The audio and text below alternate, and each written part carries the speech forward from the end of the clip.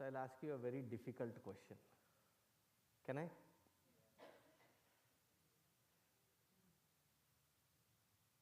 106th birth anniversary of Puja Gurudeva.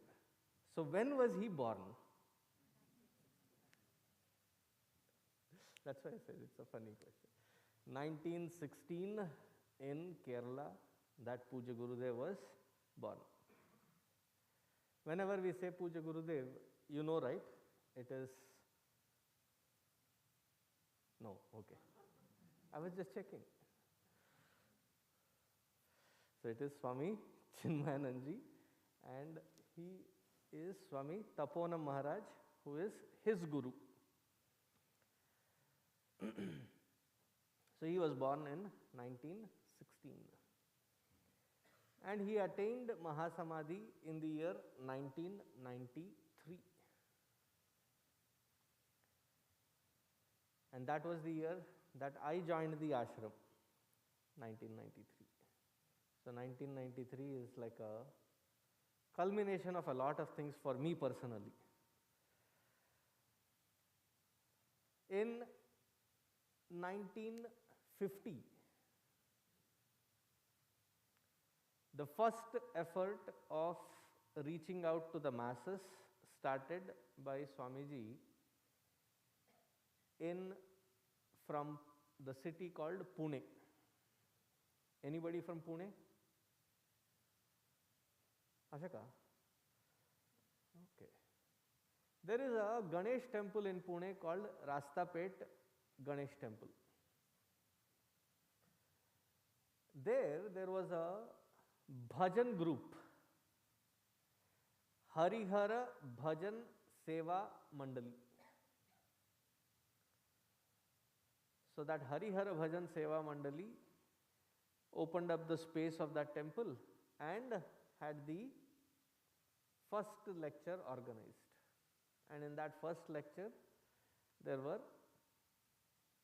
an amazing crowd of 5 people, including the speaker. Humble beginnings. Today we have this kind of beautiful facilities, well lit, well controlled, mic, online, streaming, everything. In those days when he started, there was not even a stage or a mic. He was sitting in front of the temple and 5 people or 4 people, and he started. By the 3rd day, it is believed that the crowd had swelled up into hundreds. And by the 4th day, the temple complex was not sufficient. So outside the temple, they had to raise a platform, and from that platform, he used to deliver his lectures. Do you know how the crowd swelled? There is a story that after his 2nd day lecture, he said, the effort is not sufficient to reach out to the educated masses. So the house that he was living in, that gentleman used to use a cycle to go to his office. So he said, can I borrow your cycle? I said, but I have to go to the office. I said, don't worry. Either you drive me or I drive you. We'll go to your office, drop you off, and then I'll take your cycle. So whoever drove it, the gentleman got dropped at the office. Then he brings the cycle. In Pune, wherever there is courts or colleges or offices, so he would stand on the cycle with a paper cone, with a paper cone, with the Angavastra that he was wearing, he would tie it on his head and announce that there is this amazing Swamiji from the Himalayas straight to you, who is going to expound upon the Upanishadic glories. If you are educated and you are not there, you are missing an amazing opportunity to know more about yourself. I mean, he used to go all these places. And who is the Swami that he is talking about, that he is announcing? Himself. And by the fourth or fifth day, he hand-written big posters. He would go stick it all over the place, saying there is a amazing Himalayan Swami, Swami Chinmayananda, speaking on the Upanishadic glories about the Hindu Renaissance.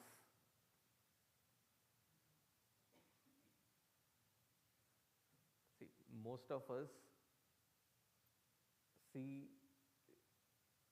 today's Swami, we drive a car, when it started, there was hardly anything. But there was one inspiration that he had.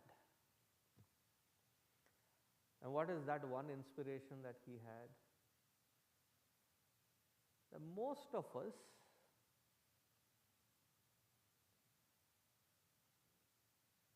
we have grown up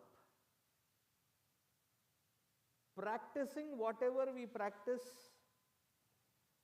because our parents have been practicing and they asked us to do so. We were better than your children,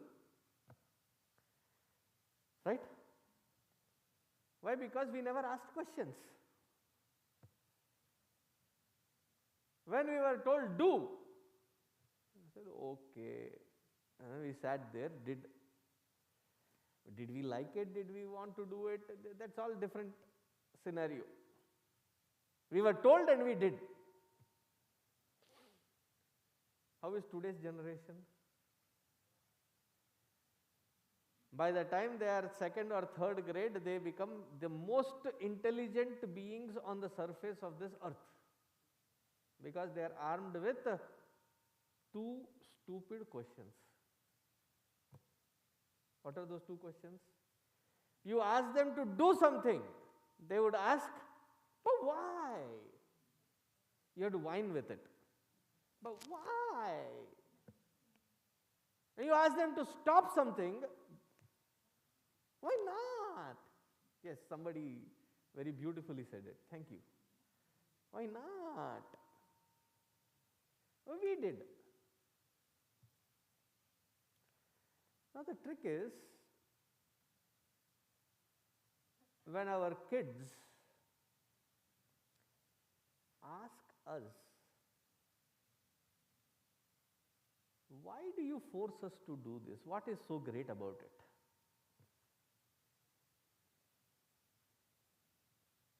We give whatever answer that we give. Sometimes it is nowhere close to the mark, it is miles away from the mark.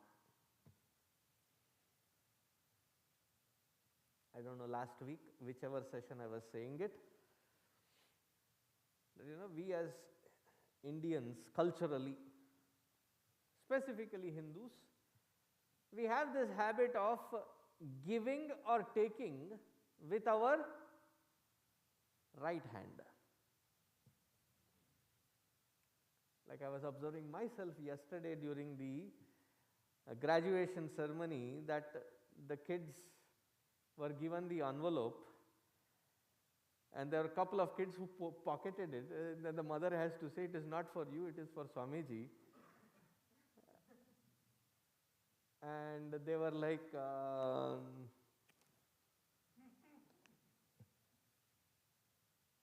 so I had to tell them, can you give it with your right hand? Did I speak about this in this session? No, right? Most of us growing up, what were we told? Why right hand? Thank you. Left hand is dirty. Growing up, I protested. only to receive couple of top spins from whoever I protested to. Every single time I protested. Chup na like a top. My protest was, no, it is not dirty. I have washed, I am clean. How can you call it dirty? How many of you told the same reason to your children that it is dirty hand? मेरा objection था, question नहीं था. Most of us would have said it. Hey, chi, right hand. If not saying out explicitly that it is dirty, you would have said, hey, chi. What does that hey, chi means? No. Right is.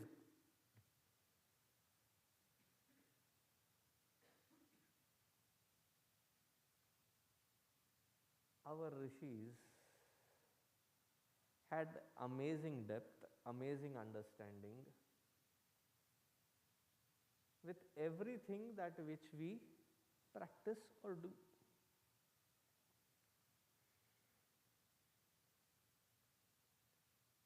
It is today that we have the knowledge that the brain has two hemispheres, the right side and the left side. The left side is the one where there is lot of logic, reason that happens, whereas the right side of the brain is where there is lot of art, music, aesthetics. So that is the right side of the brain. And we also know that the left side of the brain pretty much controls everything on the right side, and the right side of the brain controls pretty much everything on the left side. Doctor Sahab, theek hai na? And there could have been other doctors also, but I know for sure that he is doctor, so I am just confirming it with him.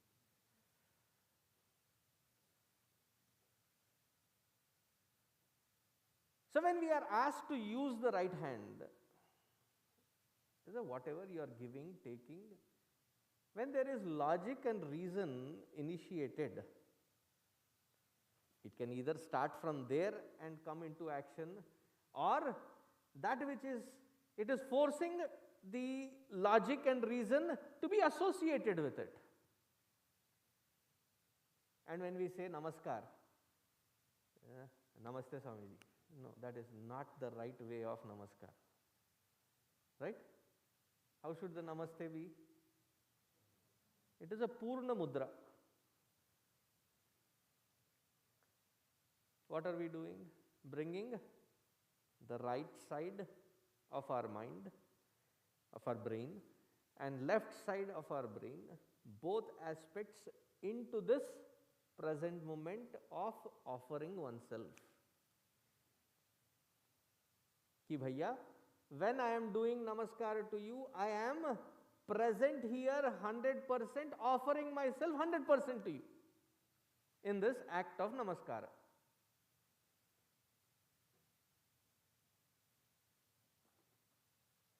Supposing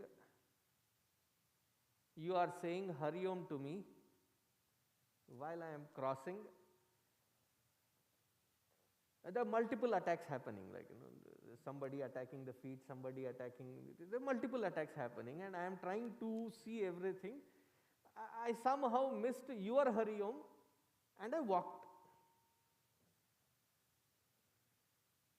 Swamiji, you are neglecting me these days. You did not respond to my Hari Om. Hari Om, and I walked away. See, you are continuing that. Why? You know that it is not 100% response. I'll bring home another a homely example. You love it. When you are scolding your children, don't look at me like that. When are we scolding our children? No, no, no, no. हम सब कुछ जानता हूँ.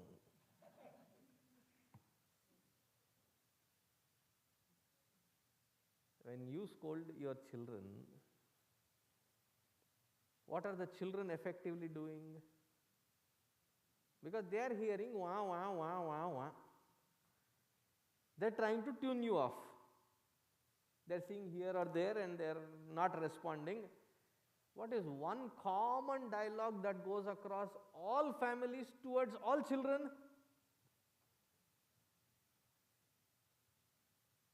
Hey, when I'm speaking to you, look at me when I'm speaking to you. Do you say that? What do the children do?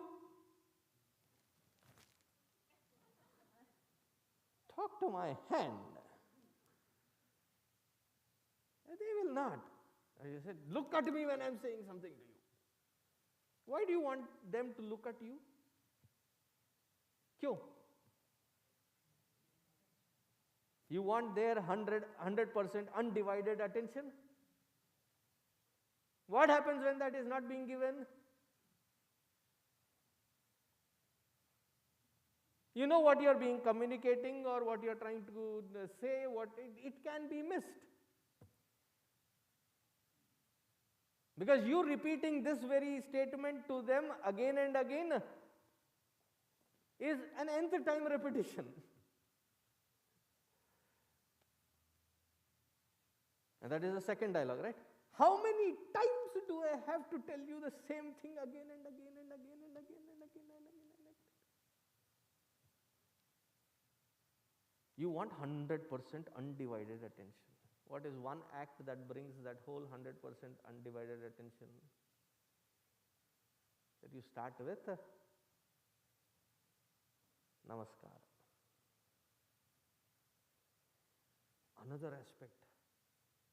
When you protest, right? When you want to protest, you want to tell them that you are 100% there but not with them. So there are several mudras for that. I am not a dancer. I am not talking about those mudras. I am talking about the body language. What is one resistant step that you sit in or stand in to say that I am protesting against? Both my left and right are here. I am present, but I don't care.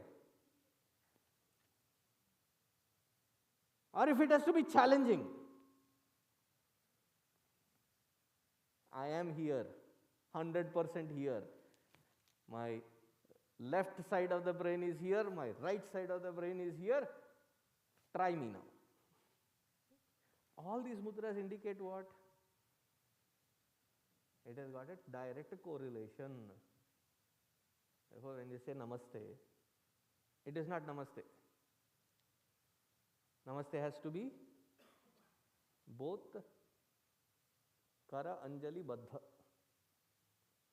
Both the hands have to come together.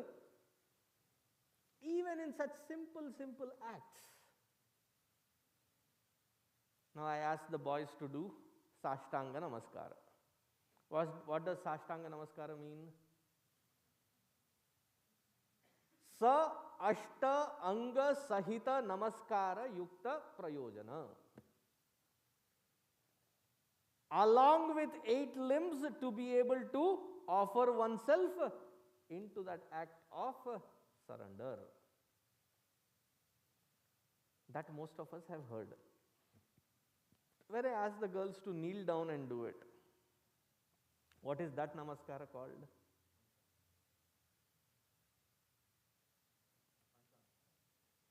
Pancha Anga Namaskara.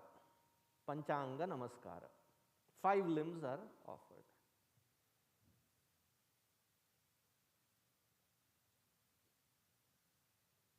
Every step has a meaning in it. Growing up, I've said this so many times, I'll repeat it another time. Our ancestors, our parents, our elders taught us the methods, the processes or processes, however it is pronounced. They taught us that. We, even if we had asked, we were not given the reasons behind it. Probably they also did not know. But whatever they transmitted from one generation to the other as that process of doing, there was no corruption in it. There was no cutting away the edges in it. They gave it as is.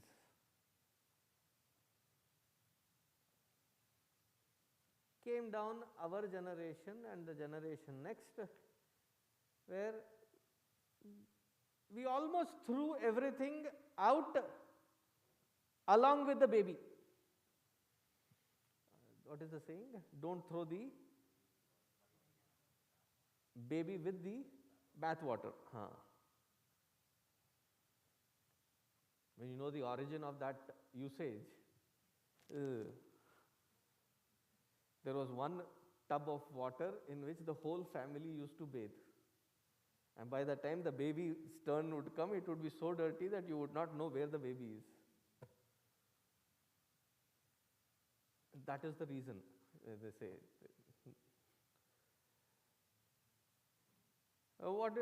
Unless we know, we don't feel like doing it. Unless we understand what we are doing. Now, when the kid is introduced to certain disciplines, at that age the kid may not understand what they are doing. But at least the habit of that discipline is instilled in that age. Meaning can be an add-on at a later stage. But we as a generation make a mistake of combining both at the same time and lose out a lot.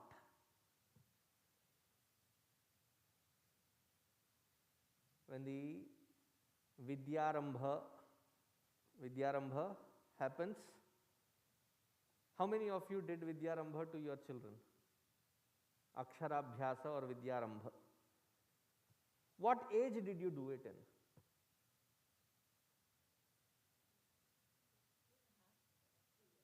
2.5, 3 years. Very good.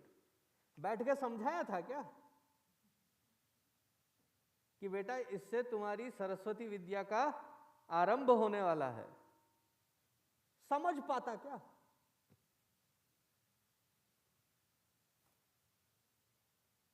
But somewhere, the combination of both, first the discipline has to be instilled.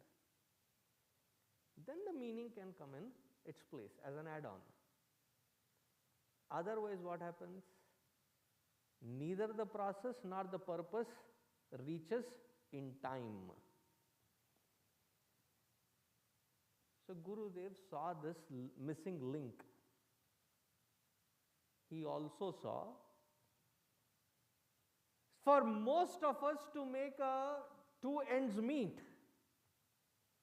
because we had just gotten out of two oppressive conditionings after about almost a millennium, close to 1,000 years.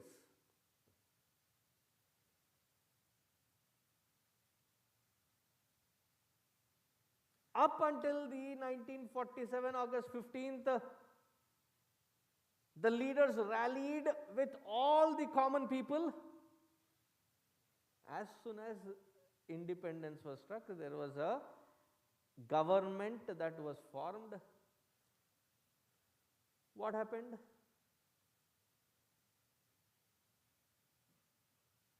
The leaders and the masses, there was a disconnect. It was almost like you fend for yourself from here on.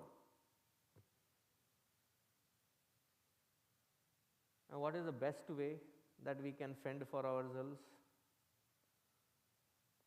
Our parents thought, first and foremost of all the things necessary is a secured environment. And one of the best way to create that secure environment is to find financial security. How do we get to that financial security? Education was the only way. And even in that, a very ordained 2, 3, max 4 paths. And what are the 4 paths that still haunt us as parents and generation of children growing? What are those 3, 4 paths? Either you have to be growing up, educating yourself to be a doctor, and nothing against the doctors, okay? Doctor, engineer, lawyer, businessman.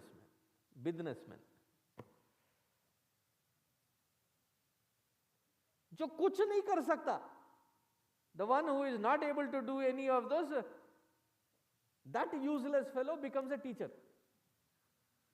That was what was told. At least in Telugu we have a saying. How many of you speak Telugu here? At least in Telugu the saying is, Yendugu panikirani vedha teacher hota. Right? The one who is not fit anywhere. Now that security we were given. Now with this security that we have and the exuberance that we are living in, we have to go back, connect with that roots and rekindle the whole thing. In that rekindling alone, there is the Hindu Renaissance. And most of us have reached to that point where we are quite secured financially and materially. So let us give that opportunity to ourselves and the next generation to connect with our own roots culturally, ethically, civilizationally, religiously, spiritually, to our roots. Yes, sir.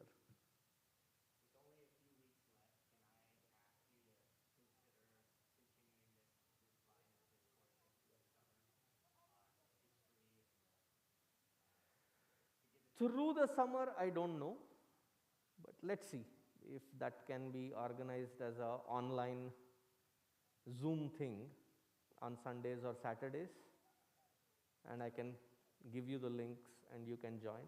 A good idea. But because there will be some travel and some preparation for MSc Mahasamadhi camp, for which all of you, can you please register? Like today. Thank you. The QR codes are available, please register, and the second registration is with regards to Balavihar. So please register your kids for the upcoming academic year. And then I will forward that, let me think through and I will announce it next week. But a good suggestion, thank you. Om, yes. Om Shanti Shanti Shanti Harihi Om Shri Gurubhyo Namaha.